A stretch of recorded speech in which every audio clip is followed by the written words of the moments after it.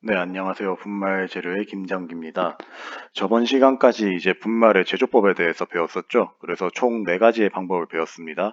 기계적으로, 총 세가지구나. 네, 세가지에 대해서 배웠습니다. 기계적으로 이제 부수는 방법 있죠. 기계적 처리법에 대해서 배워서 대표적으로 그 밀링을 배웠고, 그리고 어트리션을 배웠죠. 네, 어트리션에 대해서 배워봤고요. 그리고 화학적인 방법에 대해서도 우리가 배워봤었죠. 네, 화학적 방법 어떤 방법이 있었죠? 네, 산화 환원법 있었고, 네, 환원법 있었고, 카보닐 있었고, 석출법이 있었습니다. 그리고 우리가 일반적으로 쓰는 분말들을 대부분을 어떻게 만든다고 했죠? 제일 대량으로 만들 수 있는 방법이 바로 분사법이라고 했어요. 분사법 같은 경우는 이제 분사할 수 있는 소스에 따라서 우리가 여러 가지로 나눌 수 있다고 했어요. 뭐 가스 분사법이 있었고, 물 분사법이 있고, 그리고 플라즈마 분사법이 있고, 그리고 마지막으로 원심 분사법이 있다고 했습니다. 자, 각각의 이제 공정을 통해서 이제 분말을 만들게 되면 각각의 가장 큰 특징들이 여러 가지가 있다고 했죠.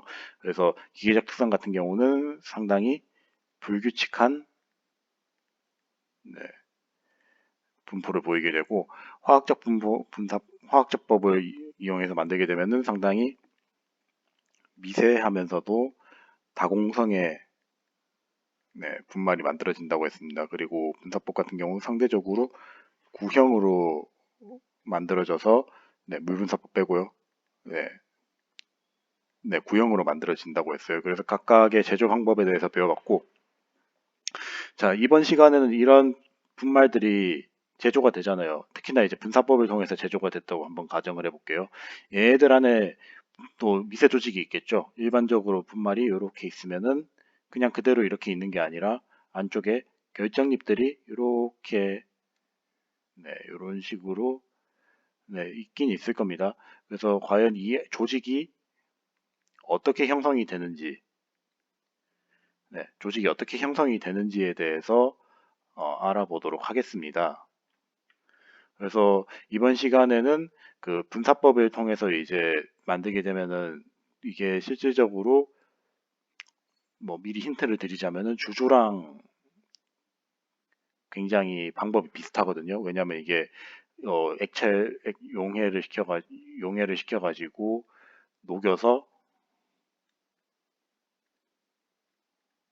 네, 분말을 만드는 거기 때문에 실질적으로 냉각 속도가 굉장히 빠른 주조랑 상당히 비슷한 공정이에요.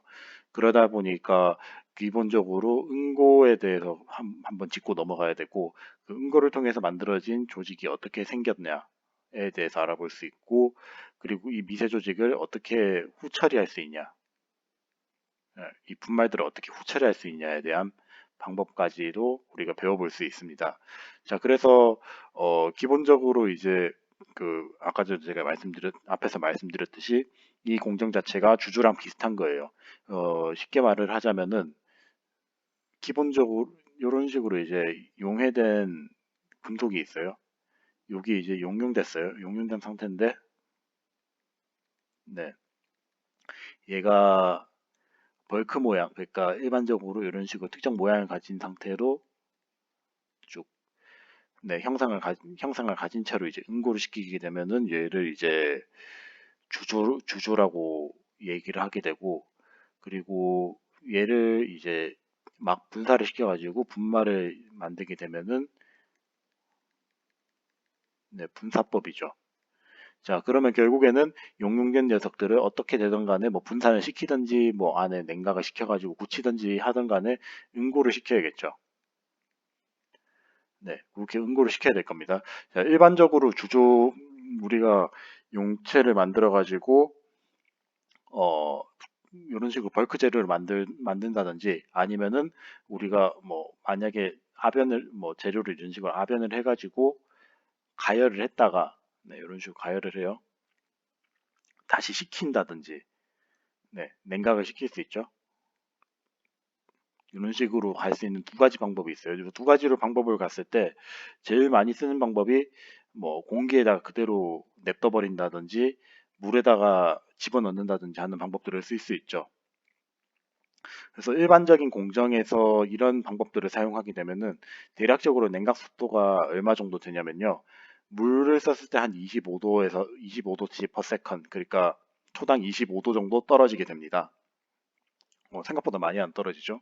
그래서 뭐 오른쪽에 그래프를 보게 되면은 이제 왼쪽에 그래프를 보게 되면 물이 대충 한 요 정도라고 하게 되면은 네, 오일 그 기체 안에 집어넣게 되면 대충 한 요 정도, 네, 공냉하면 한 10도 정도 되거든요. 이런 식으로 기울기의 차이가 있는데 어 분말을 막 분사를 하게 되면 분말이 빠른 시간 안에 저번 시간에 용융이 돼야지 챔버 벽에 안 닿아서 오염이 안 된다고 했잖아요. 자, 그렇기 때문에 그 분사법에서 나타나는 응고 속도 같은 경우는 물 썼을 때보다 훨씬 빠릅니다. 그래서 일반적으로 1000도에서 뭐 많으면 10,000도까지도 간다고 하거든요. 그래서 다른 그 주조라든지 그 냉각 공정에 비해서 매우 빠른 냉각 속도를 가지고 있습니다. 자, 그렇게 되면 어떻게 될까요? 일반적으로 이제 우리가 뭐 혹시나 이제 주조에 대해서 미리 배웠겠지만 주조를 할 때 냉각 속도가 빨라지면은 이제 그 안쪽에서 핵 생성도 더 빨리 일어날 거고, 그리고 핵 성장을 했을 때 이 주변에 이미 핵 생성된 애들이 많다 보니까 좀 더 미세하게 이런 식으로 형성이 되겠죠. 그래서 최종 이 분사법에서 나타나는 빠른 그 냉각 속도가 최종 그 입자의 미세 조직에 결정적인 영향을 미치게 됩니다. 그래서 일반적인 공정에서는 핵생성하고 이제 성장밖에 안 일어나는 녀석들이 실제 분사법에서는 이런 녀석뿐만 아니라 이제 기본적으로 관행각이 엄청 많이 일어나기 때문에 요게 좀 더 핵생성 쪽이 좀 더 많이 일어나게 되고, 심지어 핵생성이 일어날 시간이 없게 되면은 비정제 형태로 나오는 경우도 있어요. 네, 요거에 대해서는 제가 뒤에서 차차 설명드리도록 하겠습니다. 그래서 아무튼 최종적으로 입자 크기, 그리고 구조, 그리고 모양이 전반적으로 이런 거에 영향을 받는다 정도만 일단은 먼저 알아두시고 뒤에서 차차 그 내용에 대해서 이해를 해보도록 하겠습니다. 자, 그래서 일반적으로 이제 입자 크기랑 이제 냉각 속도 간의 관계가 또 있거든요. 얘네들이 뭐 정확히 말해 입자 크기라기보다는 이 입자 안에 있는, 네, 조직의 크기라고 보면 됩니다. 네, 그래서 얘네들을 보게 되면은 그, 자, 이런 식으로 우리가 냉각을 하게 되면은 아까 말했듯이 우리 전반적인 공정 자체가 주조 조직하고 비슷하기 때문에 단면을 보게 되면 이런 식으로 이제, 네, 나뭇가지처럼 조직들이 나 있어요. 얘네들이 이제 주상정이라고 하는데, 주상정이 이렇게 성장을 하게 되면은 네, 이런 식으로 쭉 올라가죠. 각각 이제 이런 식으로 가지들 간에 간격이 존재를 하게 됩니다. 이 간격들을 우리가 뭐 세컨더리 덴드라이트 암 스페이싱이라고 해가지고 2차 수지상정 간 거리라고 이런 식으로 이제 점잖게 하는 경우도 있는데 뭐 그 말이 그렇게 중요한 건 아니고요. 말보다 제일 중요한 거는 얘네들이 사이 생길 때 간격이, 네, 냉각 속도랑 큰 관계가 있다는 겁니다. 그래서 보시게 되면은 요런 당연히 냉각 속도가 빨라지면 빨라질수록 얘네들 사이의 간격이 점점 좁아지겠죠. 네, 그래서 얘네들의 간격은 이제 냉각 속도와 반비례 관계를 가지고 있다는 게 첫 번째고요. 네, 이게 얘네들이 좁아지게 되면 어떻게 돼요?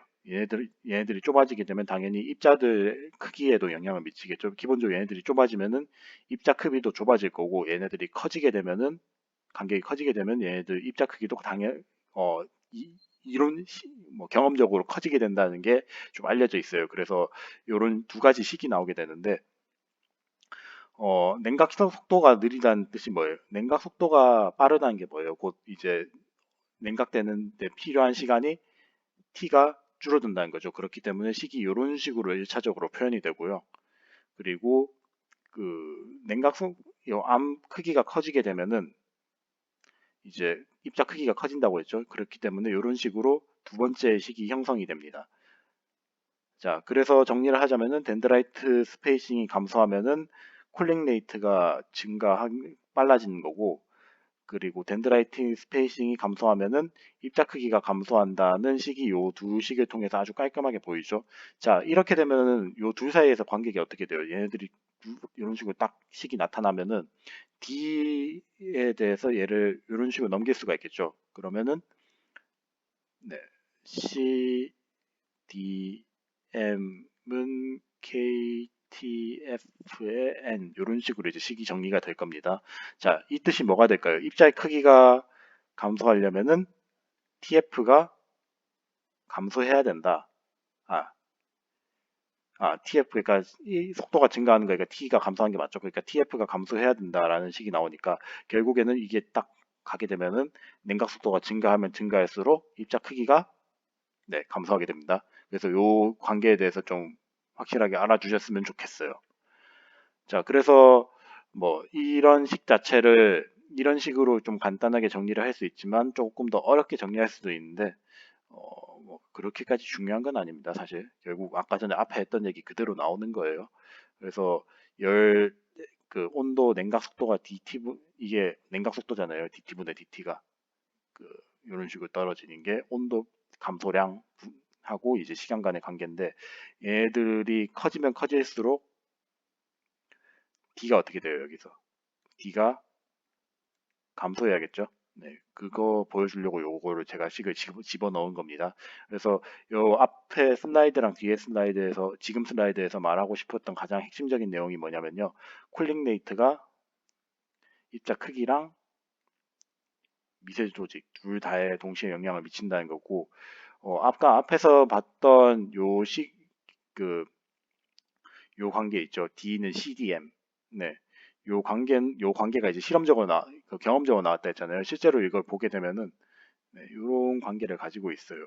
제가 선을 이런 식으로 그렸는데, 뭐, 이런 식으로 가게 됩니다. 보게 되면은, 이제, 이 둘 사이의 간격이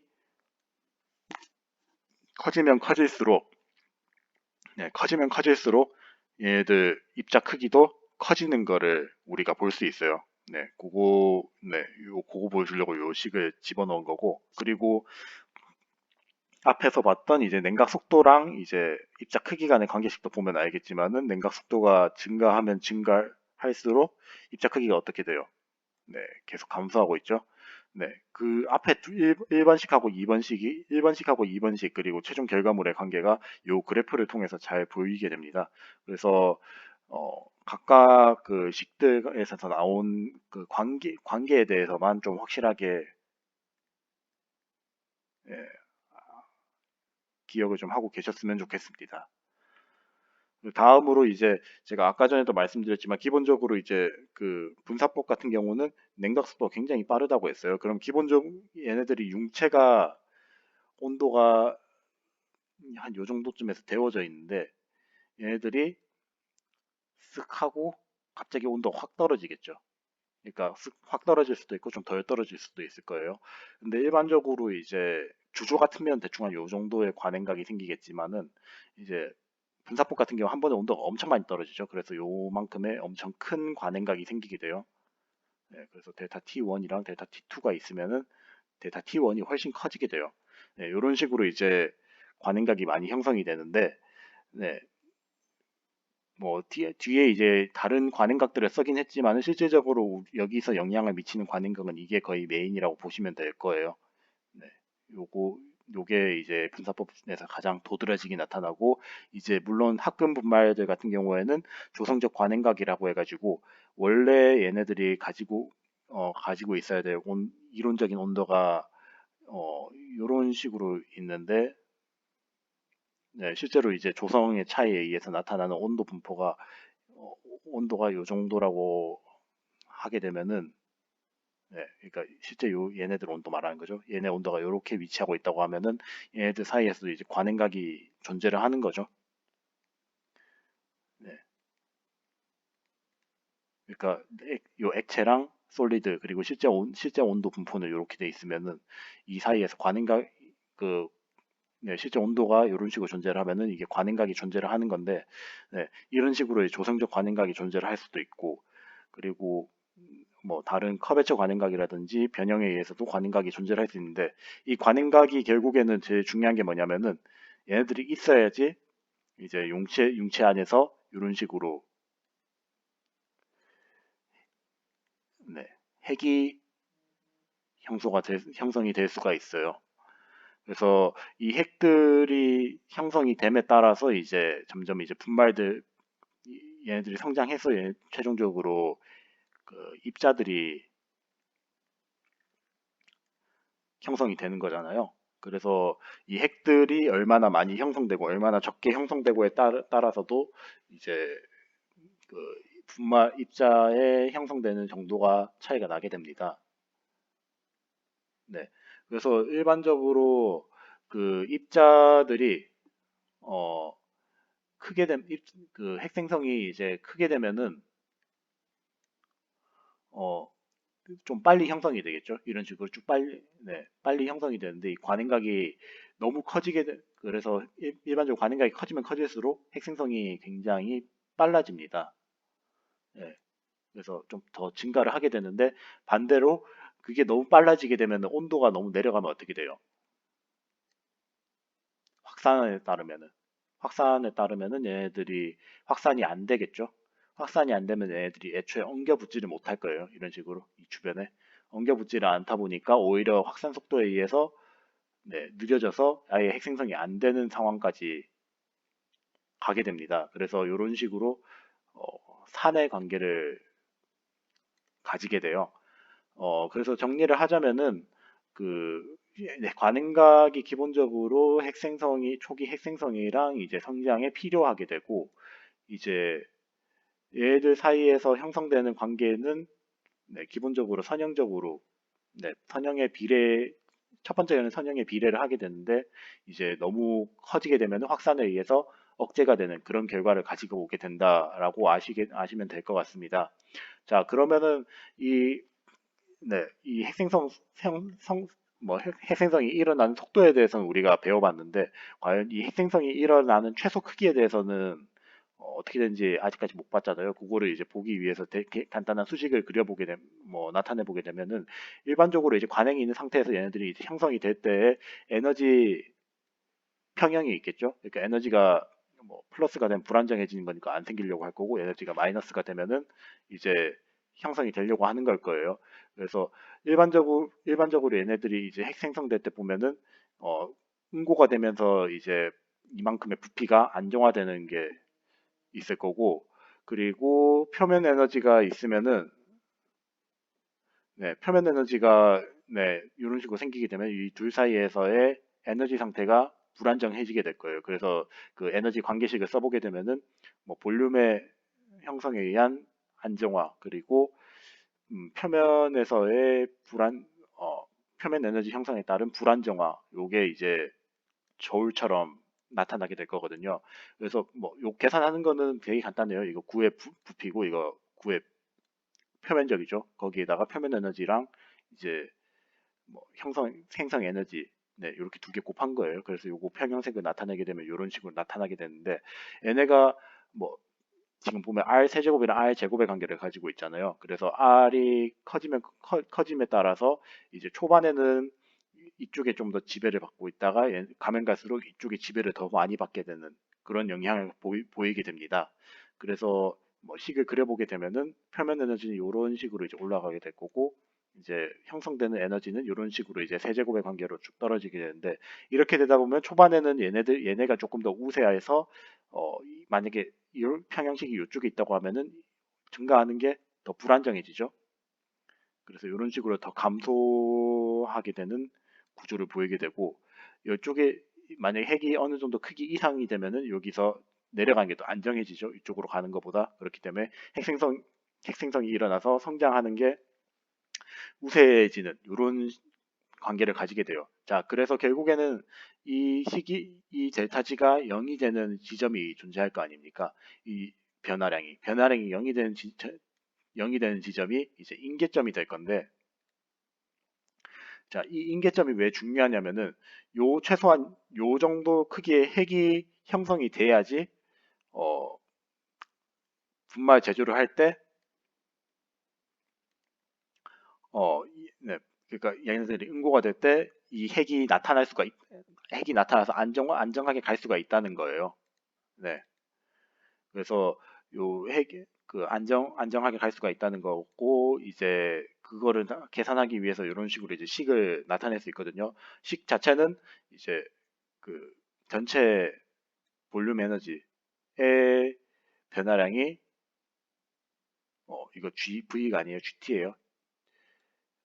R에 대한 변화량이 0이 된 시점이에요. 그 0이 된 시점에서의 미분값을 치게 되면은 요 값을 이제 R로 정리할 수 있겠죠. R로 정리를 하게 되면은 이런 식으로 나오게 됩니다. 그래서 이런 평형식에 의해서 이제 최소한 이 정도의 크기의 핵의 크기를 가져야지 핵 생성이 일어날 수 있다라고 얘기를 할 수 있게 됩니다. 자, 그래서 뭐 아까 전에 앞에서 이건 간단하게 얘기를 하고 넘어가긴 했지만 결국에는 이제 관행각이 초반에 증가하다가 이제 감소하는 구조를 가지고 있다고 했어요. 초반에 이제 그 핵생성의 빈도가 이제 슈퍼쿨링, 그러니까 관행각이 증가하면 증가할수록 얘네들이 앞에서 요 관계에 의해서 네, 나타나죠. 네. 요게 이제 데타 GV가 감소해가지고 온도가 뭐 지수함수적인 관계에 의해서 나타나다 보니까 이런 식으로 나타나는데, 반면 이제 그 확산 계수가 악화된다고 했어요. 네, 확산 계수가 안 좋아지다 보니까 어, 오히려 얘네들이 너무 꽁꽁 얼어가지고 잘 안 움직이려고 하는 거예요. 지들끼리 잘 안 닿아붙으려고 하다 보니까 이게 핵생성이 안 되는 경우가 존재를 하게 되고, 만약에 이게 극단적으로 바뀌게 되면은 이제 비정질 형상으로, 네, 그러니까 비정질이 어떤 거냐면 이제 뒤에서 설명드리겠지만은 이런 식으로 일반적으로 우리가 재료들 같은 경우는 특정 결점을 가지고 있어야 되죠. 이게 원자들이 규칙적으로 달라붙으면서 이런 식으로 구조를 만들어야 되는데 그러지 못하고 이제 원자들이 이제 불규칙하게 갑자기 해쳐 보여 해가지고 불규칙하게 달라붙어 가지고 이런 규칙성을 못 찾는 그런 구조들을 말을 하는 겁니다. 요게 네, 이런 식으로 나타날 수 있다 정도까지만 알아주셨으면 좋겠습니다. 네, 그래서 결국 이제 최종적으로 냉각을 했을 때 여기 그림이 잘 나와 있는데요. 상대적으로 냉각 속도가 조금 어느 정도 적절하다 생각하면은 이런 식으로 그 결정질이 나타나게 되고, 이제 너무 빨라서 얘네들이 그 결정화가 되지 못하면은, 네, 결정화 스타트조차도 못하면은 이런 식으로 이제 비정질이 나타날 수 있다. 네, 요 부분 요렇게만 좀 일단 알아주셨으면 좋겠습니다. 자, 그래서 기본적으로 응고에 대해서 그냥 맛보기로만 봤어요. 이거 뭐 사실 더 자세하게 설명하려면 더 자세하게 설명할 수 있기는 한데, 어, 이 시간이 지금 분말 재료 시간이지, 이제 뭐 기본적으로 융체라든지 뭐 그런 내용들 같은 경우 다른 교수님들께서 이제 커버를 하고 계시다 보니까 간략 꼭 분말 재료 설명할 때 필요한 부분에 대해서만 좀 설명하다 보니까 내용이 굉장히 간단하게 갔는데, 뭐 보게 되면은 최종적으로 이제 중요한 것들은 냉각 속도와 입자 크기, 그리고 결정 구조, 뭐 결정 모양 등에 이제 영향을 미치게 되고, 뭐 여기 플러스로 이제 덴드라이트 구조, 뭐 밑에서 제가 설명했죠. 그래서 덴드라이트 구조에도 영향을 미칠 수 있다라고 이제 제가 설명을 했습니다. 그래서 이 덴드라이트 사이에 그 거리가 이제 냉각 속도에 반비례하는 걸 알 수 있고, 그리고 얘네들이 작아지면 작아질수록 입자 크기가 작아진다고 했어요. 자, 그렇게 되면 결국에는 냉각 속도가 빨라지면은 입자 크기가 작아진다는 명제도 이제 같이 성립을 하죠. 그래서 요 세 가지 세 가지의 관계에 대해서 좀 꼭 알아주시기 바라고, 그리고 결국엔 이제 핵생성에 의해서 이제 생성에 의해서 이제 초기 입자들이 형성이 되는 거잖아요. 그래서 그 관행각이 일반적으로 막 증가를 하게 되면은 이제 핵생성도 증가할 거라고 생각을 했는데 막상 이제 관행각이 너무 커져서 온도가 너무 떨어지게 되면은 이제 확산이 안 되다 보니까 이제 그 최종적으로 희생성이 오히려 억제되는 현상이 나타나서 그래프를 그려보면은 이런 식으로 된다고 했습니다. 이게 델타 T고 이게 그 핵생성이라고 하면요. 네, 이런 식으로 약간 그 보아뱅 마치 이런 식으로 언덕 같은 관계를 가지게 된다고 제가 요 얘기했습니다. 그래서 총 네, 제일 큰 명제를 따지면 이 두 가지의 정도에 대해서 예, 기억해 주셨으면 좋겠습니다. 자, 그래서 최종적으로 나오는 미세 조직 같은 경우는 제가 아까 전에도 설명드렸지만은 이제 기본적으로 주조 조직하고 굉장히 비슷하다고 했어요. 네, 주조 조직하고 비슷하다 보니까 얘네들이 그 안쪽에 수지상 구조들이 이런 식으로 막 존재를 하게 됩니다. 그래서 아까 전에도 그래서 결국 응고랑 주조랑 비슷하지만은 그 중에서 굉장히 빠른 응고라고 이제 설명을 할 수 있고요. 그때 특징을 네 개를 설명하자면 앞쪽에서 설명됐던 부분들이 이제 또 한 번 더 리마인드 돼서 나온다고 생각하시면 돼요. 냉각 속도가 전체적인 덴드라이트 상인 간의 간격을 결정하고 이제 결정기 크기도 결정한다고 했고요. 그리고 그 냉각 속도에 따라서 조직이 바뀔 수 있다고 했어요. 그래서 이런 식으로 결정 조직이랑 이제 비정제 조직 간의 경계가 나타날 수 있고 이제 얘네들이 속도가 극단적으로 빨라지는 케이스에서 이제 비정질이 나타난다고 했습니다. 자, 그래서 최종적으로 그 쿨링 레이트가 바뀌면은 이제 원자 이동도가 바뀌게 되는데 이 원자 이동도에 따라서 이제 요 사이에서 보면은 이쪽 덴드라이트하고 덴드라이트 사이에서의 그 조직이 다르죠. 이런 식으로 이제 나타나는 것들인데 요거를 이제 흔히 편석이라고 얘기를 하거든요. 네, 편석이 존재를 할 수 있게 된다. 네, 이렇게 총 네 가지의 특징적인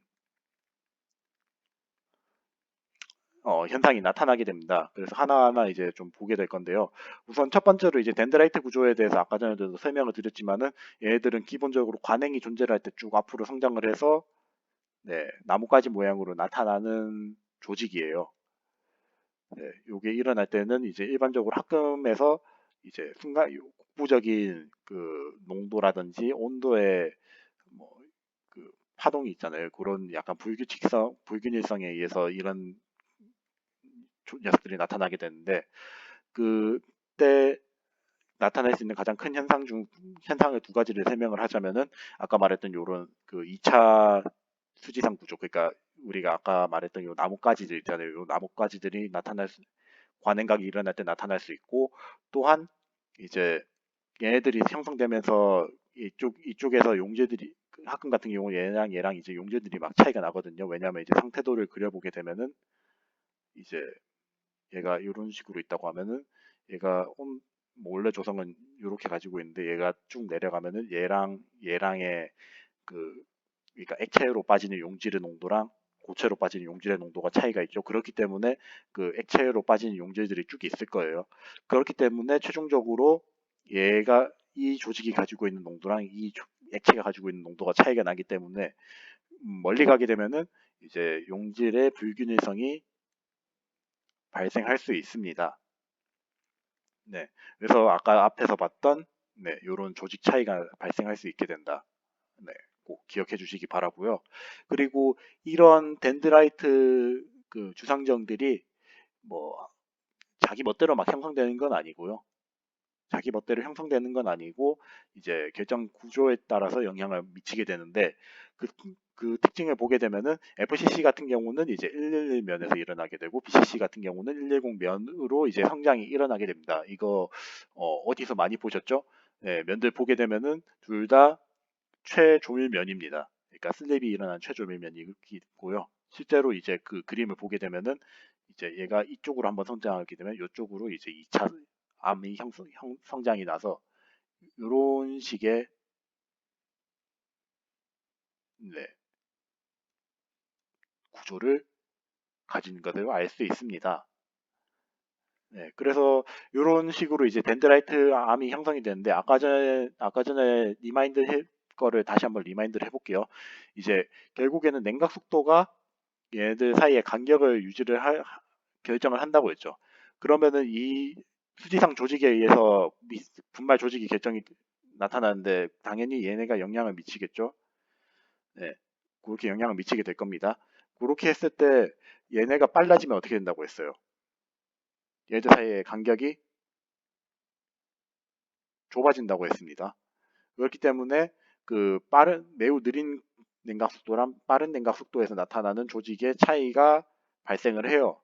자, 첫 번째로 이제 느린 냉각 속도에서를 보게 되면은 얘네들이 이제 덴드라이트가 형성돼서 충분한 간격을 가질 시간이 존재하죠. 그래서 얘네들이 보면 상당히 넓은 간격을 딱 가지게 되고, 예, 이런 조직들이 이제 방사상으로, 그러니까 아까 최조밀면 따라서 성장한다 했죠. 이런 것들이 쭉 방사상으로 성장을 해가지고 내부에 덴드라이트에 의한 편석 구조가 네, 나타나는 걸 확인할 수 있습니다. 자, 그러면은 얘네들이 좀 더 빨라져서 애매한 속도가 되면은 얘네들이 조금 더 빨라져가지고 이런 식으로 쭉쭉 겹치면서 상당히 미세하게 형성이 되겠죠. 이렇게 될 경우 보면은 이제 덴드라이트 구조가 완벽하게 나타나진 않고 오히려 셀 형태로 나타나서 네, 상당히 등방의 편석 구조가 나타날 수가 있고요. 만약 이보다 훨씬 더 빨라진다. 그럼 애초에 얘네들이 이런 식으로 분리될 시간이 없겠죠. 분리될 시간이 없다 보니까 네, 균일한 구조 역시 나타날 수도 있습니다. 이건 엄청 빠른 냉각 속도에서 나타날 수가 있는 거예요. 그래서 이런 식으로 각각의 냉각 속도에 따라서 조직이 어떻게 바뀌는지에 대해서 네, 간단하게 설명해 놓은 거니까 위에 그림을 좀 많이 보면은 도움이 많이 될 겁니다. 그래서 이 그림 위주로 네, 한번 봐주시면 좋겠습니다. 자, 그래서 이제 얘네들이 이제 좀 더 빨라지다. 네, 앞에는 이제 아직까지 결정은 유지가 되고 있는 상태인데 냉각 속도가 엄청 빨라질 수 있을 거예요. 냉각 속도가 엄청 빨라지게 되면은 얘네들이 그 결정을 형성하는데도 어느 정도 시간이 필요하죠. 그보다 더 빠른 시간으로 가게 되면은 결정이 형성이 안 될 거예요. 형성되기 어려울 거예요. 네. 그래서 이 상태를 이제 비정제 상태라고 하는데 각각 결정 상태랑 비정제 상태랑의 차이를 좀 보게 되면은 그 얘네들 같은 경우 기본적으로 결정립을 가지고 있고 결정이 있으니까 최조밀면이 있으니까 네, 전이 이동이 일어날 수 있겠죠. 그렇기 때문에 전이에 의한 이동이 일어난 반면 얘네들은 면이란 게 없죠. 면이란 게 없다 보니까 얘네들 자체가 이제 일단 뭐 혹시나 전이가 있다고 하더라도 이동이 안 돼요. 그래서 일반적으로 우리가 에너지를 흡수할 때 전이가 형성되면서 에너지 흡수가 많이 되는데 얘는 에너지를 거의 흡수를 못하게 되고 그러다 보니까 생기는 한 가지 특징이 뭐냐면은 탄성 계수가 월등히 좋아져서 다른 네, 일반 금속재료에 비해서 강도가 높으면서도 탄성 계수가 높은 그런 특징을 가지게 됩니다. 네, 그래서 네, 아이고, 좀 빨리 넘었네요. 자, 이런 식으로 이제 보게 되면은 어, 얘네들이 뭐 영상을 제가 살짝 켜보게 되면은 네, 뒤에 그렇게 중요하지 않고 예, 왼쪽이 스테인리스 스틸이고 오른쪽이 비정질로 이루어진 판체예요. 그럼 당연히 탄성 계수의 차이가 있겠죠. 스테인리스 스틸 같은 경우 상대적으로 에너지가 좀 덜 흡수가 잘 되기 때문에 얘를 위에서 떨어뜨리게 되면은 얼마 가지 못해서 다시 이런 식으로 떨어지게 되는 반면에 비정지 같은 경우는 얘를 이제 떨어뜨리게 되면은 에너지를 흡수를 안 하고 이제 거의 흡수를 안 하기 때문에 이런 식으로 통 튀게 되면은 에너지 흡수가 거의 되지 않고 반발력이 상당히 높은 그런 특징을 가지게 됩니다. 그래서 앞에서 말했던 탄성 특성이 좋다는 가장 탄성 특성이 좋다는 게 바로 이런 의미에서 얘기를 하는 거고요. 그래서 요거를 이제 응용을 하게 되면 어떻게 될까요? 얘들이 막 예를 들어서 이제 골프채라든지 이제 야구 방망이를 한번 생각을 해볼게요. 이제 기존의 이제 알루미늄 배트 같은 경우는 이제 뭐 비거리가 한 요 정도 나왔다고 치면은 얘는 반발력이 훨씬 더 좋으니까 훨씬 더 멀리 날아갈 수 있겠죠. 이런 식으로 이제 스포츠라든지 다른 응용 분야에 활용할 수 있다라고 이제 설명드릴 수 있을 것 같습니다. 예, 그거 보여드리려고 제가 간단하게 그냥 요 슬라이드 만든 거예요. 그래서 비정지를 만들었는데 과연 이걸 어디 쓸 수 있을까에 대해서 약간 좀 의문을 가질 수 있는 분들이 많을 것 같아서요. 네, 그래서 요런 데 쓸 수 있다 정도만 좀 알아주셨으면 좋겠습니다. 자, 그래서 결국에 이제 분말의 미세 조직 같은 경우는 이제 재료의 냉각 속도랑 영향이 많이 간다고 했어요. 그래서 냉각 속도가 그 덴드라이트 사이의 간격을 결정하고 결정의 크기도 이제 결정할 수 있고 그리고 얘네들이 네, 극단적으로 차이가 나게 되면은 이제 결정 구조랑 비정질 구조도 영향을 미치게 되고 그래서 너무 빨라지게는 되면은 비정지를 만들 수 있게 되고 그리고 쿨링 레이트에 따라서 원자 간의 이동도가 바뀌게 되니까 세그리게이션에도 영향을 미치게 돼요. 자, 그래서 냉각 속도가 너무 느리면은 냉각 속도가 느리면은 세그리게이션이 좀 더 편석이 좀 더 크게 나타나고 이제 냉각 속도가 너무 빨라지게 되면은 편석이 잘 안 일어나게 되는 그런 현상을 볼 수 있었어요. 네, 그래서 각각의 이제 냉각 속도에 따라서 형성되는 조직의 차이는 아래에 설명드렸으니까 참조를 하시고 앞에 그림 역시 다시 한번 복습을 하셨으면 좋겠습니다. 자, 그래서 이런 식으로 이제 분말을 제조를 했어요. 분말을 이제 제조를 했는데 분말을 생자로 쓸 수도 있고 이제 좀 다른 이래저래 응용을 하려면은 얘네들을 후처리할 수도 있겠죠. 뭐 한 가지 예를 들자면은 우리가 합금을 정말 만들기 힘든 분말이 있다고 생각을 해볼게요. 그래서 분말 A가 있다고 치면은 얘를 합금을 만들려고 억지로 녹여서 하기는 굉장히 어렵죠. 근데 만약에 얘 A를 이루는 B, C, D라는 분말들이 있어요. 그러면 얘네들을 그냥 균일하게 섞어가지고 이제 분말 야금해가지고 확산을 시켜버리면 어떻게 되죠? 그래도 A가 형성이 될 수 있겠죠. 이런 식으로 또 응용할 수 있기 때문에 얘들 섞을 수 있을 거고 그리고 얘네들을 아니면 B에다가 C를 코팅할 수도 있을 거예요. C를 코팅해서 쓸 수도 있을 거고 그리고 아니면은 얘네들이 이제 그 유동성이 되게 좋아야 되는데 유동성이 나빠가지고 유동성을 좋게 하기 위해서 위에다가 고분자를 씌워버리는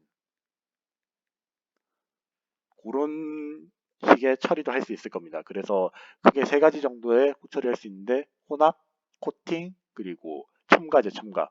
네, 요런 첨가제 처리, 요런 식으로 네, 할 수 있을 겁니다. 그래서 각각에 대해서 설명을 좀 다 상세하게 하자면은 미신 같은 경우에는 입자 크기와 이제 조성 제어를 위해서 이제 분말 혼합을 하는 경우고 이제 코팅 같은 경우는 이제 여러 상의 입자를 제조하기 위해서 이제 그 위에 기존 B라는 재료가 있으면은 B라는 분말 위에다가 C를 이제 코팅을 하는 방법이 있고 이제 첨가제 같은 경우는 폴리머 같은 거를 이제 조금 더 집어넣어서 그 압축이라든지 성형을 했을 때 품질을 좀 더 좋게 하기 위해서 첨가제를 집어넣는 그런 과정이라고 생각을 하시면 되겠습니다.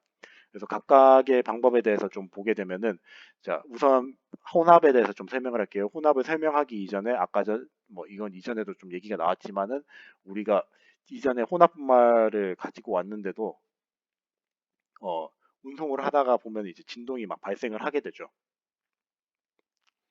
진동이 막 발생하게 되다 보니까 이제 상대적으로 입자가 작은 것들이 가라앉아가지고 집중되는 그런 불균일성이 나타날 수가 있어요. 그래서 이런 불균일성이 나타나게 되면은 어, 이전에 우리가 그 샘플링 할 때도 크게 문제가 있다고 했었죠. 그래서 우리가 샘플링 할 때도 그런 문제를 막기 위해서 뭐 쓴다고 했죠? 리플링 쓴다고 했어요. 리플링이 이런 식으로 이제 분말이 들어있으면은 밑에 컨테이너가 8개 돌아가면서 쭉 나눠가지고 네, 분말을 분배를 하는 기기라고 했어요. 그건 제가 앞에서 설명드렸으니까 생략할게요. 그래서 이런 식으로 이제 하는데 실제로 이제 공정할 때는 뭐 리플링 같은 방법보다는 얘네들을 그냥 다시 전체적으로 한번 섞어주는 게 좋겠죠. 그래서 이런 식으로 네, 다시 한번 섞어주게 되면은 이제 이 소위 말해서 그러니까 불균일성을 좀 억제할 수가 있고 그리고 어, 네, 억제할 수가 있게 될 겁니다. 그래서 그걸 하기 위해서 이제 미싱을 하는 건데, 자, 그래서 그걸 설명하기 전에 이제 입자들 분리가 일어나는 거에 대해서 다시 한번 조금 더 설명을 하고 넘어갈게요. 그래서 상대적으로 작은 입자들이 결국 원인이 되거든요. 그래서 상대적으로 작은 입자들이 이제 큰 입자들 사이로 이런 식으로 끼어서 이런 식으로, 네, 불균일성이 일어나는 거고, 그, 오히려 또 한 가지 또 재밌는 게 뭐냐면 얘네들 사이에서는 마찰이 강하다 보니까 얘네들 사이에 뭐 분산이 오히려 억제된다고 얘기하는 경우도 있는데 대체적으로는 이쪽이 조금 더 우세하고 이거는 약간 조금 네, 마이너하게 간다고 보면 됩니다. 네, 그리고 또 한 가지 특징이 뭐냐면은 입자 모양에 따라서도 영향이 가는데 불균이나 입자들이 둘 사이에 이제 마찰력이 좀 크다 보니까 좀 얘네들 이런 걸 억제시킬 수 있는데 뭐 이거는 우리가 조절할 수 있는 게 아니에요. 만약에 적층제조 사용하면은 그러니까 얄짤없이 구형 분말을 써야 되기 때문에 이건 우리가 선택할 수 있는 부분이 아니다 보니까 네 이거는 논외로 하도록 하겠습니다. 자 그래서 이런 어, 세퍼레이션이 일어나게 되면은 이걸 막기 위해서 제가 아까 전에 다시 한번 섞어야 된다고 했죠. 이거는 우리가 어떻게 할 수 없는 거죠. 뭐 예를 들어 진동을 차를 끌지 말라고 할 수도 없는 노릇이기 때문에 이거는 어떻게 할 수 없기 때문에 이거는 생략하도록 하고 이제 혼합을 다시 해야 될 거예요. 그래서 혼합에 대해서 조금 더 설명을 드리자면은 일반적으로 우리가 혼합을 할 때 그냥 뭐 손으로 쉐킷쉐킷 막 흔들어 가지고 그 병으로 뭐 우리 칵테일 같은 거 막 흔들잖아요. 그런 식으로 이제 흔들게 되면 보게 되면은 여러 가지 방법들이 다 적용이 돼요. 뭐 확산도 할 수 있고 안쪽에서 막 대류 막 이런 식으로 뭐 대류도 가고 이제 막 전단 힘도 막 존재를 하고 그래가지고 여러 가지 힘들이 작용을 하는데 이거를 구현하기 위해서 어떤 혼합기를 쓰냐면은 여기서도 더블 콘 믹서라고 해가지고 얘가 한 방향으로만 도는 게 아니라 3축으로 다 회전을 해요. 회전을 하다 보면은 이제 뭐 우리가 일반적으로 손으로 흔드는 것보다 훨씬 더 균일하게 분말이 분포하겠죠. 네. 그래서 얘네들이 이제 처음에는 좀 불균일하다가 점점 섞으면 섞을수록 이런 식으로 네, 균일한 분포를 보이게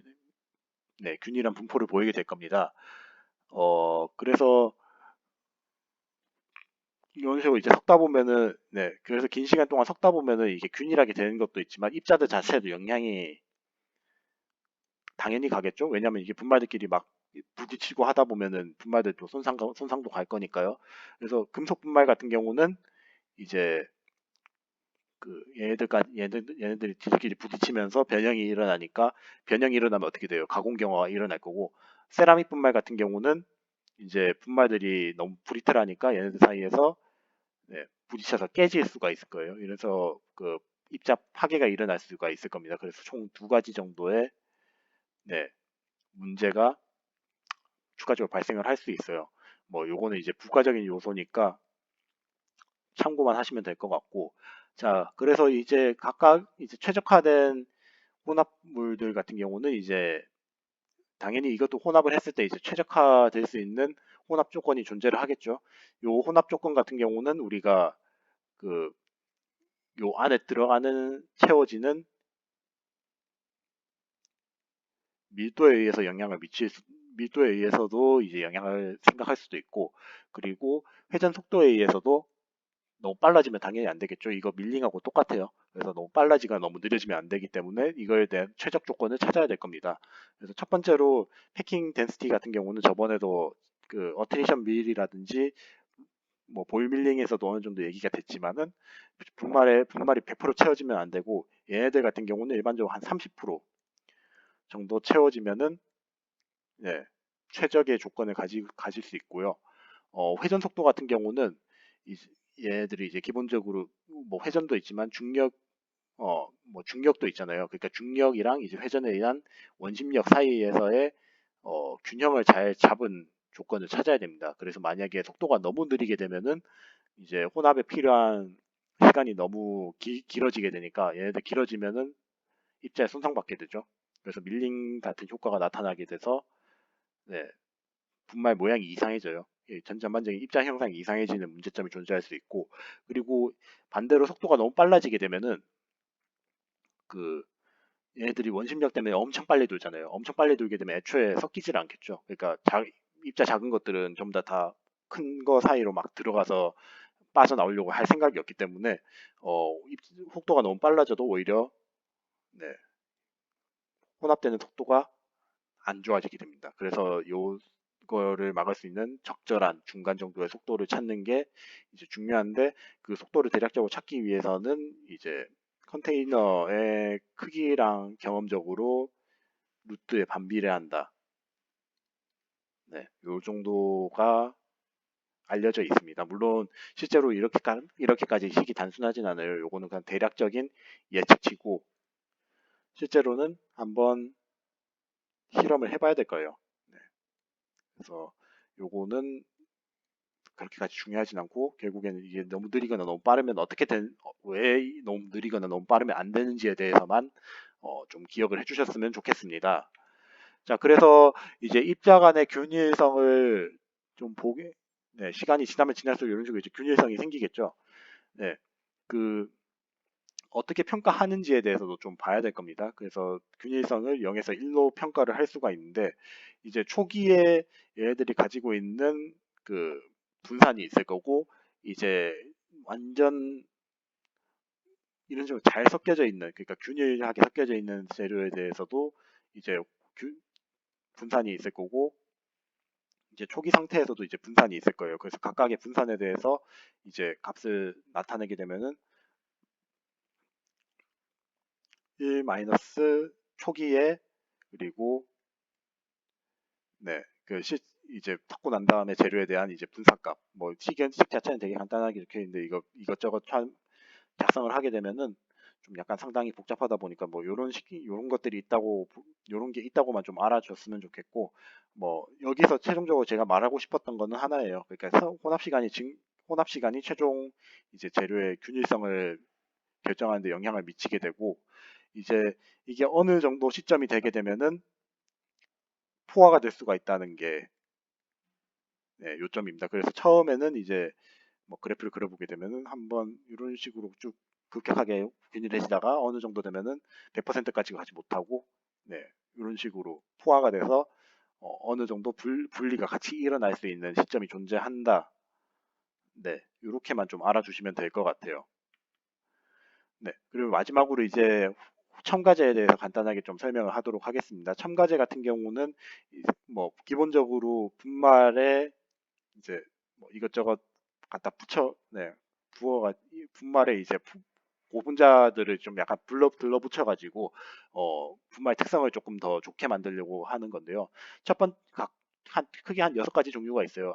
좀 몇 개는 들어봤을 거고 몇 개는 안 들어봤을 건데 첫 번째는 이제 분산제라고 해가지고 우리가 앞 시간에 그 배웠던 게 어떤 내용이 있죠? 분말들이 어, 그러니까 분말들이 입자 크기가 너무 작아지면 어떻게 된다고 했어요? 자기들끼리 뭉친다고 했어요. 그 뭉치는 거를 억제하기 위해서 고분자를 집어넣게 되면은 어, 네, 얘네들이 사이에 푹쭉 떨어지게 돼가지고 네, 입자들 간의 분산을 유발을 할 수가 있어요. 그래서 요런 식으로 이제 분산제를 집어넣을 줄 수가 있고 이제 두 번째로 가소제라고 해가지고 네, 얘가 뭐냐면은 이제 혼합된 분말에 점성을 이제 제어할 수 있어요. 왜냐하면 이게 입자들이 서로 다르잖아요. 믹스드 파우더 같은 경우는 그러다 보니까 어느 시점이 되면은 A랑 B랑의 점성이 차이가 나다 보니까 나중에 그 혼합 분말을 쭉 붓게 되면은 얘네들 사이에서 점성이 차이가 나서 분리가 될 수가 있어요. 그 분리를 막기 위해서 이런 거를 집어넣어 줄 수가 있는 거고.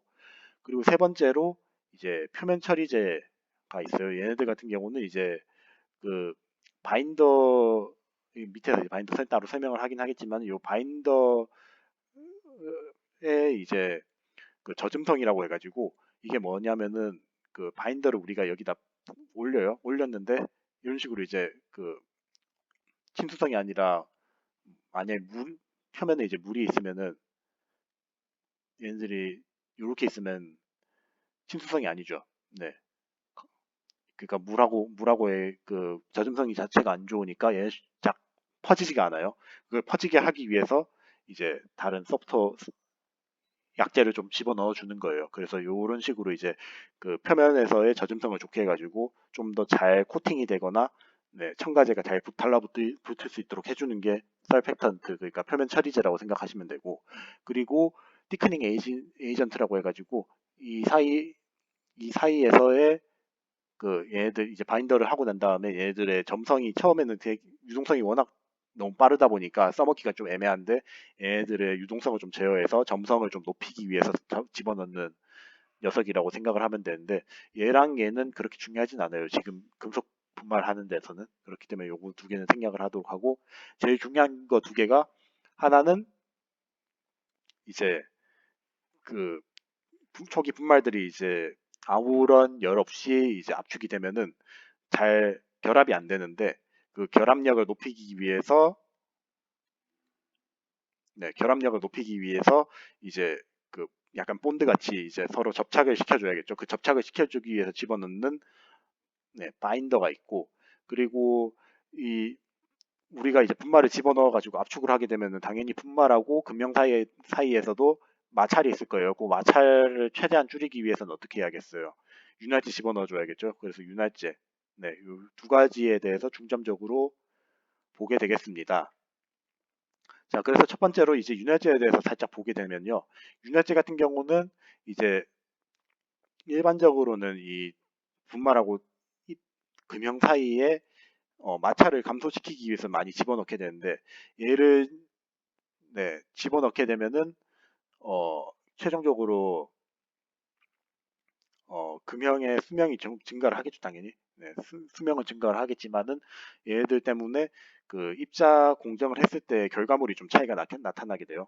그래서 입자의 유동도가 차이가 나게 되고 이제 성형성이 차이가 나게 되고 섞이는 정도도 이제 좀 차이가 나게 되는데 첫 번째로 이제 입자의 그 겉보기 밀도를 보게 되면은 얘네들이 이제 아무래도 표면에서 어, 네, 그러니까 기본적으로 이제 얘네들이 그 이날제가 고분자니까 고분자 금속보다 밀도가 낮겠죠. 밀도가 낮다 보니까 얘네들이 들어가면 들어갈수록 겉보기 밀도가 낮아지게 되고 그리고 얘네들이 들어가면 당연히 그 얘네들 그 입자들 사이에서의 마찰력이 어떻게 돼요? 입자들 사이에서의 마찰력도 줄어들게 되겠죠. 그렇기 때문에 분말의 유동도가 좋아지게 될 겁니다. 그래서 그 최종적으로 이런 유동도가 좋아지기 때문에 어, 네, 유동도가 좋아지기 때문에 어, 이런 식으로 첨가제를 윤활제를 집어 넣어주게 되면은 압축을 하고 난 다음에 밀도 그러니까 즉 그린 덴시티가 증가하게 되는 효과를 볼 수가 있어요. 근데 얘네들이 너무 많아지면은 오히려 더 나빠집니다. 왜냐하면 얘 때문에 그러니까 그 윤활제 자체가 밀도가 낮기 때문에 오히려 나빠지는 현상이 나타나게 돼요. 그렇기 때문에 이거는 항상 뭐 루브리컨트가 들어가면 무조건 이게 좋아진다가 아니라 적당량 들어가야 되는 거예요. 그래서 적당량이라는 키워드에 주의를 해주시고요. 네. 그리고 두 번째로 이제 바인더에 대해서 제가 얘기를 했었죠. 바인더 같은 경우는 우리가 입자 그 분말을 찍어서 내게 되면 제품이 나오면은 처음에는 이게 그 입자들 간의 결합력이 워낙 약하다 보니까 우리가 손으로 힘만 조금만 줘도 바사삭 부서져요. 네, 그래서 굉장히 약한 결합력을 가지고 있는데 그 결합력이 약한 거를 이제 보완하기 위해서 어떤 걸 집어넣어 주게 되냐면 이제 바인더를 집어넣어 주게 돼요. 바인더를 집어넣어 주게 되면은 이제 그 입자들 사이에 결합력이 좀 보완이 돼 가지고 엄청 낮은 강도는 아니더라, 뭐, 물론 강도는 낮을 수밖에 없어요. 왜냐하면 이게 뭐 결국엔 금속 간의 결합을 유발을 시켜야지 이게 강도가 높아지는데 그러지 못하기 때문에요. 그렇기 때문에 이제 한계는 있긴 하지만, 예, 그래도 얘를 집어넣게 되면은 최소한 우리가 뒤에서 설명하게 될 소결까지 가기 이전에는, 네, 얘들이 부서지진 않겠다. 네, 그 정도라고 생각을 하시면 돼요. 물론 얘네들은 이제 고분자니까 나중에 이제 소결해서 열 가게 되면 날아가긴 날아갈 겁니다. 딱 거기까지의 역할이에요. 네, 그래서 그런 역할로 이제 사용을 하게 되고, 얘들 같은 경우는 일반적으로 분말에다 바로 집어넣는 게, 네, 분말에다 집어넣고 난 다음에 얘들을 한번, 네, 이런 식으로 플레이크 형태로 만들어 놓게 돼요. 이런 식으로 플레이크 형태로 만들어 놓는 걸 피드스톡이라고 하게 되는데, 얘랑 얘를 그냥 섞어서 바로 쓰는 게 아니라 피드스톡으로 한번, 네, 가공을 해가지고 공정을 쓴다고 알아두시면 좋겠습니다. 이건 뒤에서 나중에 그 공정할 때 제가 추가적으로 또 한 번 더 설명을 드릴게요.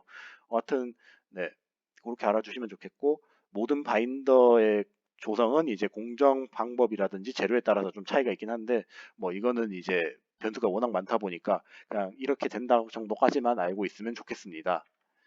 자, 그래서 오늘 이제 저희가 그 분말 제조를 하고 난 다음에 분말을 제조를 했을 때 미세 조직의 변화에 대해서 한번 알아봤고, 그리고 이제 분말을 실제 공정에 써먹기 전에 이제 어떻게 후처리를 하는지에 대해서 간략하게 배워봤어요. 이 공정 자체, 이 분말 야금막 자체가, 아니, 분말 재료 자체가 좀 상당히 넓은 범위를 커버하다 보니까, 뭐 이런 게 있구나, 이런 게 있구나, 이런 게 있구나, 이런 게 있구나, 좀 얇게 가는 점은 참고 부탁드리겠고, 어, 실제로 이제 특정 한 가지 공정에 이제 포커스를 해가지고 할 수 있으면 참 좋은데, 얘네들이 분말 전범위를 좀 커버를 해야 되다 보니까 짧은 기간에 이거를 한 번에 깊게 할 수는 없기 때문에 좀 최대한 얇게 여러분들한테 좀 넓게 가르친다고만 이해를 하시면 되겠습니다. 자, 그래서 다음 시간에 이제 분말 후처리까지 끝냈으니까 뭐 해야겠어요? 이제 모양 만들어야겠죠? 네, 모양을 만드는 데에 제일 대표적인 공정들이 이제 압축을 한다든지, 이제 뭐 사출 성형을 한다든지, 뭐 그런 다양한 공정들이 있습니다. 그런 공정들 중에서 사출 성형을 중심으로, 네, 진도를 나가도록 하겠습니다. 그럼 다들 고생 많으셨고, 다음 주에 뵙겠습니다. 감사합니다.